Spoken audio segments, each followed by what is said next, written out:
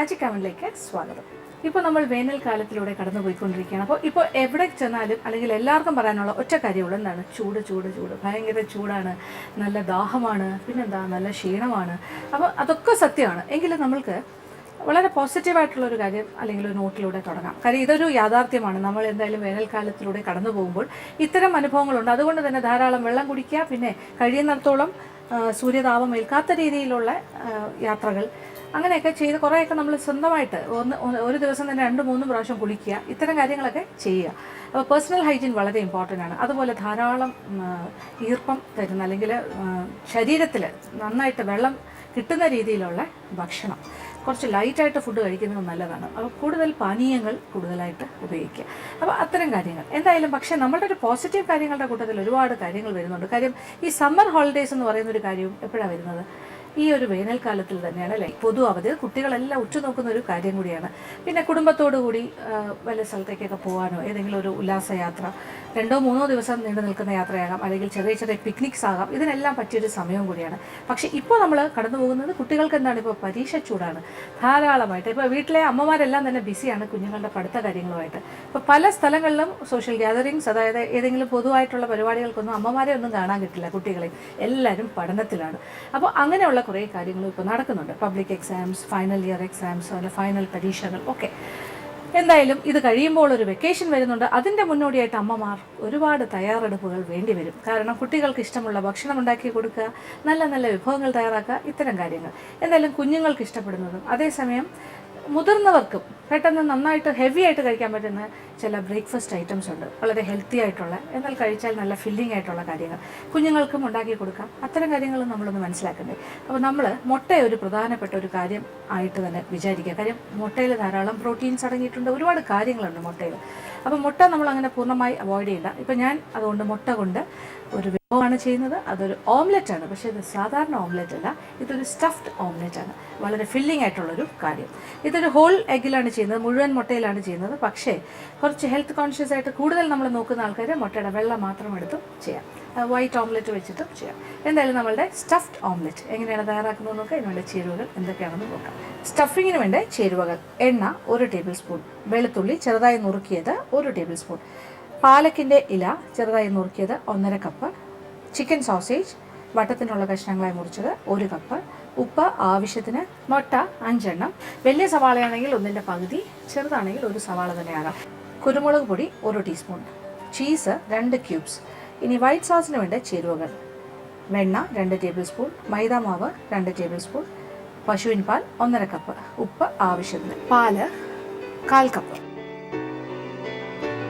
അടുപ്പ് കത്തിച്ചിട്ട് ചൂട് കെട്ടുള്ളൊരു പാത്രം, അതിലേക്ക് ആദ്യം നമ്മൾ ഒരു 2 ടേബിൾ സ്പൂൺ വെണ്ണ, അപ്പോൾ ഏകദേശം ഒരു 50 ഗ്രാംസ് എന്ന് പറയാം, 50 ഗ്രാമോളം വെണ്ണ. അപ്പോൾ വെണ്ണ ഉരുകി തുടങ്ങി. മൈദാമാവെല്ലാം ഞാൻ അളന്ന് വെച്ചിരിക്കുവാണ്, കറക്റ്റ് 2 ടേബിൾ സ്പൂൺ. ഇതൊന്ന് ഉരുകിയിട്ട് അതിലേക്ക്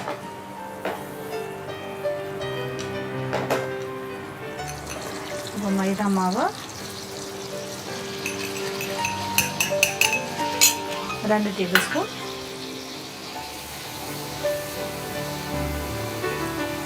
അപ്പോൾ ഇതിങ്ങനെ പതഞ്ഞ് വരുന്നതുണ്ടല്ലോ, ഇതാണൊരു പാകം. നല്ല മൂത്ത്, പക്ഷെ നിറം മാറാൻ പാടില്ല, നല്ലൊരു മണം വരണം, മൂക്കുന്നൊരു മണം. ഒരല്പം ഉപ്പും കൂടി ചേർത്ത് കൊടുക്കാം.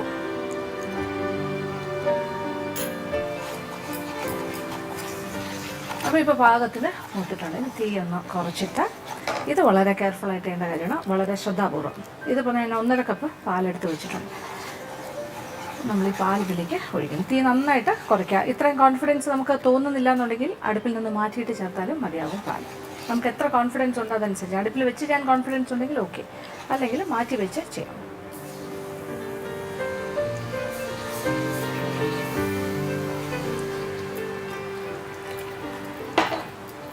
തീ കൂട്ടി കൊടുക്കാം. അപ്പോൾ അടുപ്പിൽ നിന്ന് മാറ്റിയാണ് ചെയ്യുന്നതെങ്കിൽ രണ്ടാമത് ഒന്ന് മിക്സ് ചെയ്തിട്ട് വീണ്ടും അടുപ്പിലേക്ക് വെച്ചിട്ട് ഇങ്ങനെ ഇളക്കി കുറുക്കി വെക്കണം. നല്ല ടൈറ്റായിട്ടാണ് നമുക്ക് വേണ്ടത്, എങ്കിലും ഇച്ചിരി കൂടെ പാല് വേണം. ഏകദേശം 1.5 കപ്പ് പാല് തന്നെ നമുക്ക് വേണ്ടി വരും. അപ്പോൾ ഈ കൺസിസ്റ്റൻസിയാണ് നമുക്ക് വേണ്ടത്. കുറച്ച് ടൈറ്റ് ആയിരിക്കണം, പക്ഷേ ഇതിനി കുറുകും. അപ്പോൾ ഒരുപാട് ലൂസ് അല്ല വേണ്ടത്, കുറച്ച് ടൈറ്റായിട്ടുള്ളൊരു വൈറ്റ് സോസ്. ഇത് അടുപ്പിൽ നിന്നും മാറ്റാം. അപ്പോൾ ഇത് ഇരിക്കുന്നതോറും കുറച്ചുകൂടി ഒന്ന് ടൈറ്റാകും. അപ്പോൾ നല്ല ഈ ഒരു കൺസിസ്റ്റൻസി. ഇത് ഇച്ചിരി ഒന്ന് കുറുകിയാലും കുഴപ്പമില്ല, ഇച്ചിരി കൂടെ ടൈറ്റായാലും പ്രശ്നമില്ല. ഇതൊരു സൈഡിലേക്ക് മാറ്റി വയ്ക്കാം. ഇനി ഇതേ അടുപ്പിൽ തന്നെ മറ്റൊരു പാത്രം അടുപ്പിലേക്ക് വയ്ക്കാം. നമ്മളിനി ഫില്ലിംഗ് തയ്യാറാക്കാൻ പോകുന്ന ഫില്ലിങ്ങിൻ്റെ ബാക്കി കാര്യങ്ങൾ. അപ്പോൾ ആദ്യം ഒരല്പം എണ്ണ, 1 ടേബിൾ സ്പൂൺ ഏതെങ്കിലും തരം വെജിറ്റബിൾ ഓയിൽ, ഏതാണെങ്കിലും കുഴപ്പമില്ല. എണ്ണ ചൂടായി കഴിഞ്ഞാൽ ആദ്യം നമ്മൾ 1 ടേബിൾ സ്പൂൺ ചെറുതായി നുറുക്കിയ വെളുത്തുള്ളി, 1 ടേബിൾ സ്പൂൺ. എണ്ണയിൽ അവിടുന്ന് വെളുത്തുള്ളി ചെറുതായി മൂക്കുന്നൊരു മണം വരണം, വാടി ചെറുതായി. ഇപ്പോൾ ഈ നമ്മൾ ചെയ്യുന്ന വഴറ്റലൊക്കെ വളരെ പെട്ടെന്ന് തന്നെ ചെയ്യും. ഇപ്പോൾ എന്താ പറയുക, വെളുത്തുള്ളിയുടെ നിറം മാറാൻ തുടങ്ങുന്നേ ഉള്ളൂ, ഒന്ന് വാടിക്കഴിഞ്ഞു. ഒരുപാട് മൂക്കേണ്ട ആവശ്യമില്ല. അതിന് മുമ്പേ തന്നെ നമ്മൾ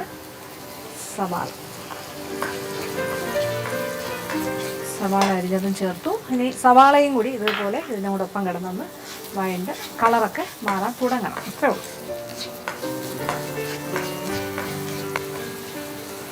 നല്ലൊരു മണമൊക്കെ വന്നു തുടങ്ങി. ഇനി ഇതിലേക്ക് നമ്മൾ സോസേജ് എന്ന് പറയുമ്പോൾ ചിക്കൻ സോസേജ് വാങ്ങാൻ കിട്ടും പാക്കറ്റിൽ. അതെടുത്തിട്ട് ഒരു 6 എണ്ണം എടുത്ത് ഇങ്ങനെ ചെറിയ വട്ട കഷ്ണങ്ങളാക്കിയാൽ ഏകദേശം 1 കപ്പോളം കാണും. സോസേജിൻ്റെ വലിപ്പം അനുസരിച്ചിട്ട് എന്തായാലും വട്ടത്തിന് അരിഞ്ഞ് കഴിയുമ്പോൾ 1 കപ്പോളം ആകാം. ഇനി ഇതിൻ്റെ അളവും കൂടിയെന്ന് പറഞ്ഞാൽ കുഴപ്പമൊന്നുമില്ല, ഉള്ളതുപോലെയൊക്കെ ചേർക്കുക. സോസേജും കൂടി ചേർത്തു. ഇതിൻ്റെ കൂടെ ഒരല്പം ഉപ്പും കൂടി ചേർക്കാം.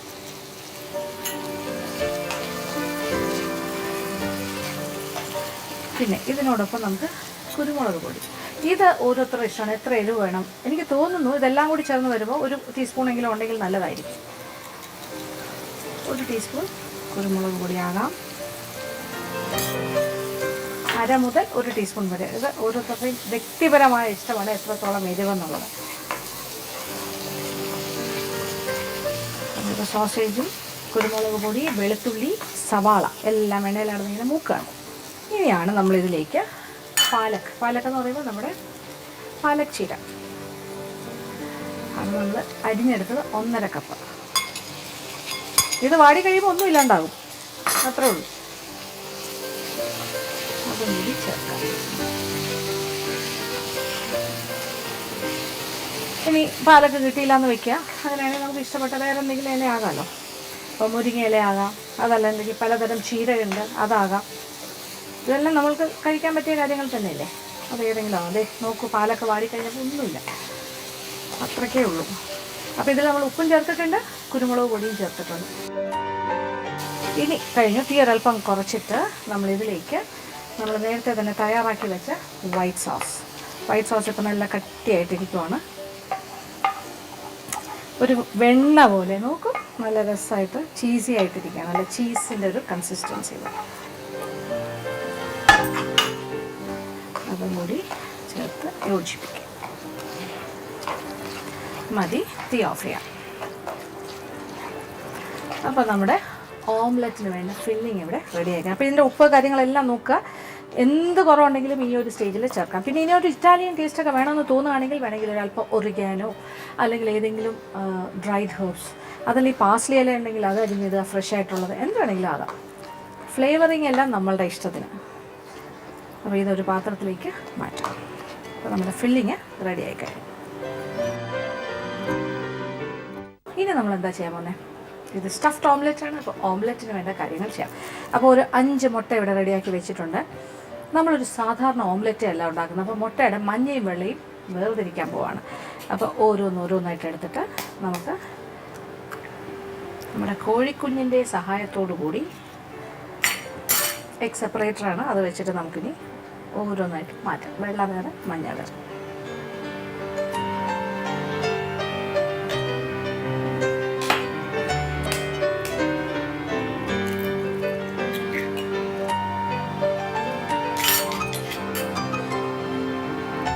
അപ്പോൾ കുറച്ച് ദിവസമായി ഞാൻ എൻ്റെ കോഴിക്കുഞ്ഞിനെ ഉപയോഗിച്ചിട്ട്.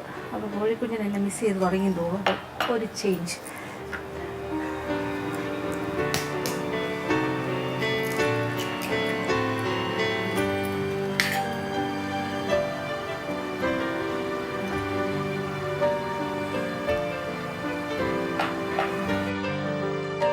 അപ്പോൾ ഇനി നമ്മൾക്ക് മുട്ട രണ്ടായിട്ട് വേർതിരിച്ച് കഴിഞ്ഞു. മഞ്ഞ ഞാൻ പ്രത്യേകം വെച്ചിട്ട് ചെറുതായിട്ടൊന്ന് സ്പൂൺ കൊണ്ട് ഇങ്ങനെ ആക്കിയിട്ടുണ്ട്. കാര്യം അതിൻ്റെ മേളിലൊരു സ്കിൻ ഫോം ചെയ്യും, അല്ലെങ്കിൽ അങ്ങനെ തന്നെ വെച്ചിരുന്ന പെട്ടെന്ന് ചെയ്തില്ലെങ്കിൽ. ഇതിപ്പോൾ നമ്മൾ 5 മുട്ടയുടെ വെള്ള. ആദ്യം നമ്മൾ മുട്ടയുടെ വെള്ളയൊന്ന് പതപ്പിക്കാൻ പോവുകയാണ്. വേറൊരു പാത്രത്തിലേക്ക് മാറ്റാം. എപ്പോഴും നമ്മൾ മുട്ടയുടെ വൈറ്റൊക്കെ പതപ്പിക്കുന്ന സമയത്ത് അത് പതപ്പിക്കുന്ന പാത്രം ഒന്ന് ചെറുതായി ചൂടാക്കിയാൽ വളരെ നല്ലതാണ്, പെട്ടെന്ന് തന്നെ പതഞ്ഞ് കിട്ടും. അപ്പോൾ നമുക്കൊരു ഹാൻഡ് ബ്ലെൻഡർ വെച്ചിട്ട്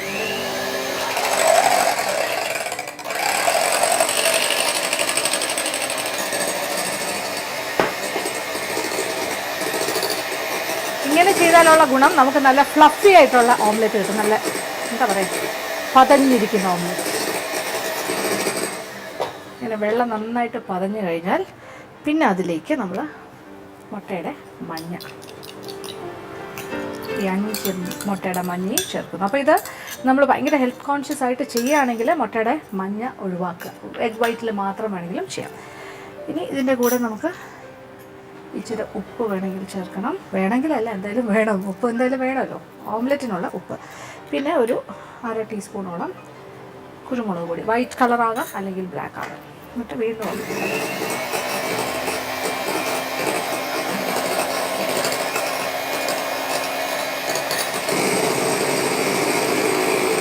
ഇതിലേക്ക് കുറച്ച് പാല്, ഒരു 1/4 കപ്പ് പാൽ എടുത്ത് വയ്ക്കുക. ഏതാണ്ട് ഒരു 3 ടേബിൾ സ്പൂൺ പാല് കുറേശ്ശെ ഒഴിച്ചു കൊടുക്കാം. അപ്പോൾ ഇത് കുറച്ചുകൂടെ ഒന്ന് സോഫ്റ്റായിട്ട് വരും ഓംലെറ്റ്.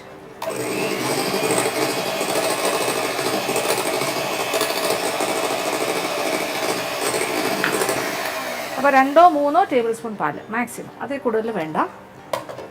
ഇതെല്ലാം കൂടി ചേർത്ത് റെഡി ആയി കഴിഞ്ഞു. ഇനി നമ്മൾ ഓംലെറ്റ് 2 ഓംലെറ്റാണ് നമ്മൾ തയ്യാറാക്കാൻ പോകുന്നത്. അപ്പോൾ ഇനി നമുക്ക് ഓംലെറ്റിനൊരു ഫ്രൈയിങ് പാൻ അടുപ്പിൽ വെച്ചിട്ട് അല്പം എണ്ണ അടുപ്പ് കത്തിച്ചിട്ടുണ്ട്. എണ്ണ ഒന്ന് ചുറ്റിച്ച് കൊടുക്കാം.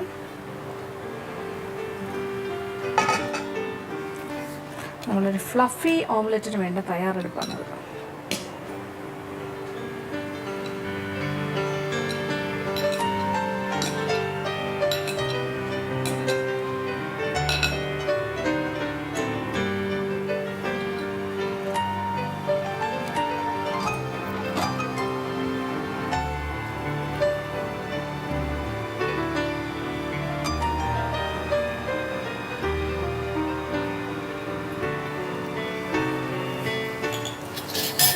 തീ അല്പം കുറയ്ക്കുക. എന്നിട്ട് നമ്മൾ തയ്യാറാക്കി വെച്ചിരിക്കുന്ന ഫില്ലിങ്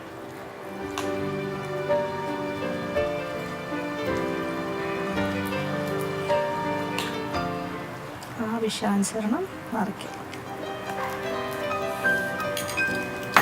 എന്നിട്ട് ഇതിനെ ഒന്ന് ഫോൾഡ് ചെയ്യാം.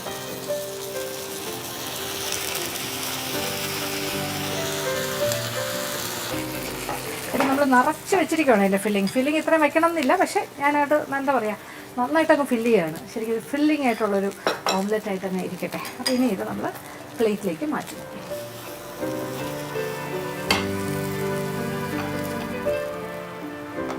അങ്ങനെ നമ്മുടെ സ്റ്റഫ് ഓംലെറ്റ് ഇവിടെ റെഡിയായി കഴിഞ്ഞു. അപ്പോൾ നിറച്ച് സ്റ്റഫിങ് ആയിട്ട് ഇരിക്കുവാണ്.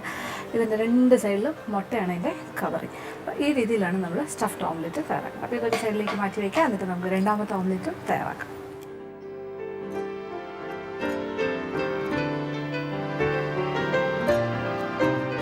അപ്പോൾ നമ്മളുടെ ഫില്ലിങ് നിറച്ച് കഴിഞ്ഞു. ഇനി അതിൻ്റെ മുകളിലായിട്ട് ക്ലോസ് ചെയ്യുന്നത്, നമ്മൾ അത് മടക്കുന്നതിന് മുന്നേ കുറച്ച് ചീസ്, ഓപ്ഷണലാണ് പക്ഷേ ടേസ്റ്റ് കൂടും, ചീസ് ഗ്രേറ്റ് ചെയ്തത്. അപ്പോൾ ക്യൂബ്സ് ആയിട്ടുള്ള ചീസ് വാങ്ങുകയാണെങ്കിൽ ഒരു ക്യൂബ് മുഴുവൻ വേണമെന്നില്ല, ഗ്രേറ്റ് ചെയ്തിടാം.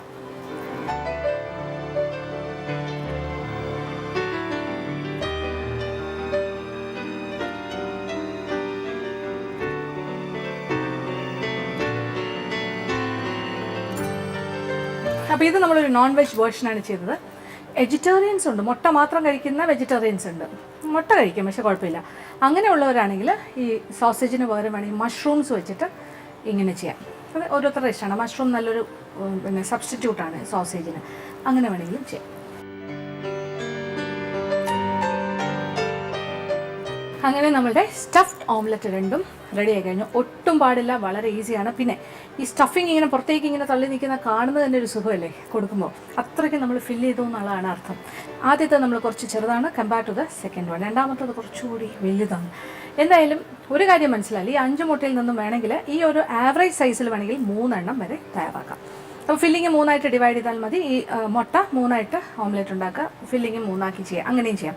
അതല്ലെങ്കിൽ നല്ല ജയൻറ്റ് സൈസിലെ ഒരു എന്താ പറയുക സ്റ്റഫ്ഡ് ഓംലെറ്റും ഒരു മീഡിയം സൈസിൽ സ്റ്റഫ്ഡ് ഓംലെറ്റും തയ്യാറാക്കി കൊടുക്കാം. ഇതൊന്ന് അച്ഛന്, ഇതൊന്ന് അമ്മയ്ക്ക്, ആ രീതിയിൽ വേണമെങ്കിൽ. കുട്ടികൾക്കാണെങ്കിൽ ഒരുപോലത്തെ 3 സ്മോൾ സൈസ്. എന്തായാലും ഇതുണ്ടാക്കാൻ വളരെ എളുപ്പം. ഇത് ഒരെണ്ണം കഴിച്ചാൽ മതി. ഇതിൻ്റെ കൂടെ ഒരു സ്മൂത്തിയും കൂടെ കഴിച്ചു കഴിഞ്ഞാൽ വയറ് ഫുൾ. അപ്പോൾ രാവിലെ ജോലിക്ക് പോകുന്നതിന് മുമ്പ് അല്ലെങ്കിൽ സ്കൂളിൽ പോകുന്നതിന് മുമ്പ് ഇത്തരം ഒരു കാര്യം ഉണ്ടാക്കി കൊടുക്കുക. ഒരു സ്മൂത്തി, ഒരു നല്ലൊരു ഫ്രൂട്ട് സ്മൂത്തിയും ചെയ്ത് കൊടുത്താൽ വേറെ ഒന്നും വേണ്ട, നല്ല ഹെൽത്തി ആയിട്ടുള്ളൊരു ബ്രേക്ക്ഫാസ്റ്റ് ആയി. അന്നത്തേക്ക് എന്താ പറയുക, ഉച്ചവരെ നല്ല എനർജറ്റിക് ആയിട്ട് ജോലി ചെയ്യാൻ സാധിക്കും. അത് ഒന്ന് ട്രൈ ചെയ്ത് നോക്കട്ടെ. തീർച്ചയായിട്ടും പരീക്ഷിക്കുക, എല്ലാവർക്കും ഇഷ്ടം. ഇനി അടുത്തതായി മാജിക്കാവിൻ്റെ second recipe of the week. അപ്പോൾ ഈ ആഴ്ചത്തെ സെക്കൻഡ് റെസിപ്പി ഒരു സ്മൂത്തിയാണ്. എന്തായാലും ഈ ചൂട് കാലത്തേക്ക് വേണ്ടി നമ്മൾ കരുതലോടുകൂടി തന്നെ ഓരോ കാര്യങ്ങൾ ചെയ്യണം. അപ്പോൾ സ്മൂത്തി നമ്മളുടെ ഒരു സ്ഥിരമായ ഒരു ഐറ്റമായി മാറിക്കഴിഞ്ഞു. ഈ സമ്മർ കാലത്ത് നമുക്ക് ഒരു പ്രധാനപ്പെട്ട വിഭവമാക്കി മാറ്റാം. പ്രത്യേകിച്ച് ഇപ്പോൾ നമ്മളൊരു നല്ല സ്റ്റഫ്ഡ് ഓംലെറ്റാണ് കണ്ടു കഴിഞ്ഞത്. അപ്പോൾ അങ്ങനെ ഒരു ഓംലെറ്റ് ഉണ്ടാക്കുമ്പോൾ അതുപോലെ തന്നെ നല്ല ഹെൽത്തി ആയിട്ടുള്ളൊരു സ്മൂത്തി. ഇതൊരു പൈനാപ്പിൾ ബനാന സ്മൂത്തിയാണ്. അതായത് നമ്മളുടെ പുറത്തിച്ചക്ക അഥവാ പൈനാപ്പിൾ, അതും പിന്നെ ബനാന, അതായത് നമ്മുടെ റോബസ്റ്റ പഴം, രണ്ടും കൂടി ചേർത്തിട്ട് എളുപ്പത്തിൽ ചെയ്യാൻ പറ്റിയ കാര്യം. നല്ല ആരോഗ്യത്തിന് വളരെ നല്ലത്. പൈനാപ്പിൾ സ്മൂത്തിക്ക് വേണ്ട ചേരുവകൾ: പൈനാപ്പിൾ 6 വലിയ ചതുര കഷ്ണങ്ങളായി മുറിച്ചത്, റോബസ്റ്റ പഴം 1 എണ്ണം, തൈര് 1/2 കപ്പ്, പാൽ 1 കപ്പ്, തേൻ 4 ടേബിൾ സ്പൂൺ. അപ്പോൾ നമ്മളുടെ ചേരുവകൾ, അതായത് നമ്മളുടെ ഫ്രൂട്ട്, ഇതിലിപ്പോൾ പ്രധാനപ്പെട്ട ഫ്രൂട്ടായിട്ട് നമ്മൾ പൈനാപ്പിളാണ് ഉപയോഗിക്കുന്നത്. പൈനാപ്പിളിൻ്റെ പീസസിൻ്റെ സൈസ് കണ്ടല്ലോ അല്ലേ? അപ്പോൾ ഒരു വലിയ പൈനാപ്പിളിൻ്റെ 1/4 ഭാഗം എന്ന് പറയാം. അപ്പോൾ ഇതുപോലെയുള്ള ചങ്കി പീസസ്, നല്ല ചതുര കഷ്ണങ്ങൾ വലുത്, ഒരു 5, 6, 7 ആയാലും കുഴപ്പമില്ല. ഏതാണ്ടൊരു വലിയ ബൗൾ നിറച്ച് ഇതിനെ നമ്മുടെ ബ്ലെൻഡറിലേക്ക് ഇടുക. അങ്ങനെ നമ്മൾ പൈനാപ്പിൾ പീസസ് ഇട്ടു. ഇനി നമ്മൾ ഒരു റോബസ്റ്റ പഴം, നല്ല പഴുത്തൊരു റോബസ്റ്റ, അതും പീസസായിട്ട് മുറിച്ചിടാം.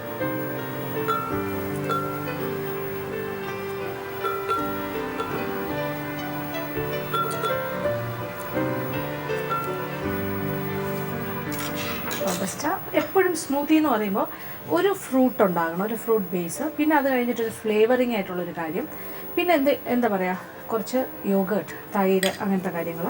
ഇതിലൊരു 1/2 കപ്പ് തൈര്, അധികം പുളിയില്ലാത്ത തൈര്, യോഗേർട്ട്, പിന്നെന്താ വേണ്ടേ, പിന്നെ തേൻ. നമ്മളെല്ലാം ഹെൽത്തി ആയിട്ടാണ് ചെയ്യുന്നത്, പഞ്ചസാര വേണ്ട.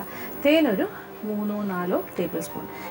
ഇത്തരം ഹെൽത്തി സ്മൂത്തി നമ്മൾ ഉണ്ടാക്കുമ്പോൾ അല്ലെങ്കിൽ കഴിക്കുമ്പോൾ നമ്മളിങ്ങനെ ഭയങ്കരമായിട്ട് മധുരം വേണമെന്നൊന്നും വിചാരിക്കരുത്. മധുരം കുറച്ച് മതി. തേൻ 2 ടേബിൾ സ്പൂൺ ആയാലും മതി, അല്ലെങ്കിൽ 4 വരെ ആകാം. അപ്പോൾ ഒരു നല്ലൊരു ഷുഗറിൻ്റെ ഒരു സബ്സ്റ്റിറ്റ്യൂട്ടായിട്ട് നമ്മൾ ഉപയോഗിക്കേണ്ടത് ഒന്നുകിൽ തേൻ, അല്ലെങ്കിൽ മധുരം തരുന്ന ഡേറ്റ്സ് പോലെയുള്ള കാര്യങ്ങൾ, അതൊക്കെ ഉപയോഗിക്കാം. ഇതിൽ കുറച്ച് പാൽ, നല്ല തണുപ്പിച്ച പാൽ, 1 കപ്പ് വരെ ആകാം.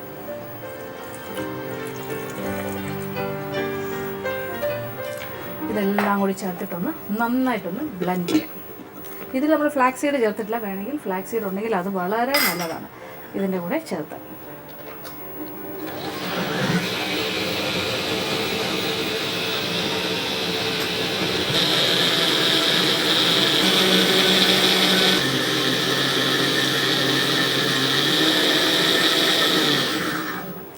നമ്മുടെ പൈനാപ്പിൾ ബനാന സ്മൂത്തി ഇവിടെ റെഡി ആയി കഴിഞ്ഞു. നല്ല ഫ്രോസൺ മിൽക്ക് ആണെങ്കിൽ കുറച്ചുകൂടെ നല്ലതായിരിക്കും, നല്ല ഐസ് പോലത്തെ പാല്. എന്താണെങ്കിലും വളരെ എല്ലാ കാര്യങ്ങളും നല്ല തണുപ്പിച്ച് ചെയ്യുകയാണെങ്കിൽ ഏറ്റവും നല്ലത്. ഇനി ഗ്ലാസ്സിലേക്ക് മാറ്റാം.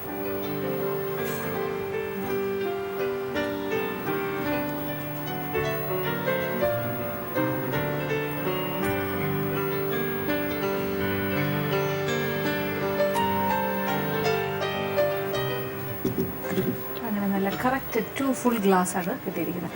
ഇതിനൊരു ചെറിയൊരു അലങ്കാരമായിട്ട് നമുക്ക് മിൻറ്റ്, പുതിന.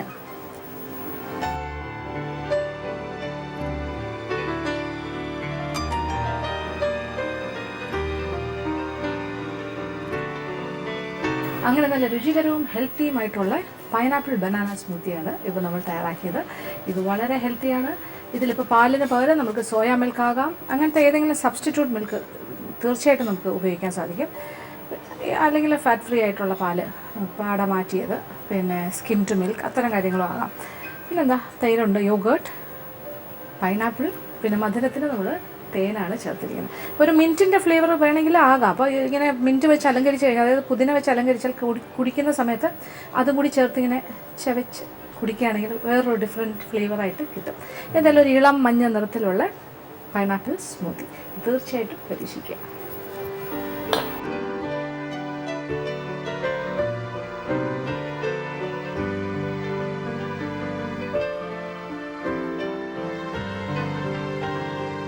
ഇന്നത്തെ എപ്പിസോഡിൽ കാണിച്ച 2 വിഭവങ്ങളും എല്ലാവർക്കും തന്നെ ഇഷ്ടപ്പെട്ടാണെന്ന് വിചാരിക്കുന്നു. വളരെ വ്യത്യസ്തമായ, എന്നാൽ നമുക്ക് വീട്ടിൽ എളുപ്പത്തിൽ ചെയ്യാൻ പറ്റിയതും നല്ല സ്വാദുള്ളതും നല്ല വയറ് നിറയുന്നതുമായുള്ളൊരു വിഭവമായിരുന്നു നമ്മളുടെ സ്റ്റഫ്ഡ് ഓംലെറ്റ്. ഫ്ലഫി ഓംലെറ്റാണത്. പിന്നെ അതിൻ്റെ കൂടെ വേറെ ഒന്നും വേണ്ട, അത് മാത്രം മതി. അതിനോടൊപ്പം കഴിക്കാൻ പറ്റിയൊരു നല്ലൊരു സ്മൂത്തിയാണ് നമ്മുടെ second item, pineapple and banana smoothie. അപ്പോൾ തീർച്ചയായിട്ടും 2 വിഭവങ്ങളും പരീക്ഷിക്കുക, എല്ലാവർക്കും ഇഷ്ടം. ഇന്നത്തെ എപ്പിസോഡ് ഇവിടെ അവസാനിക്കുകയാണ്. വീണ്ടും പുതിയ വിഭവങ്ങളുമായി മാജിക് ആവുന്നവരെ കാണാം.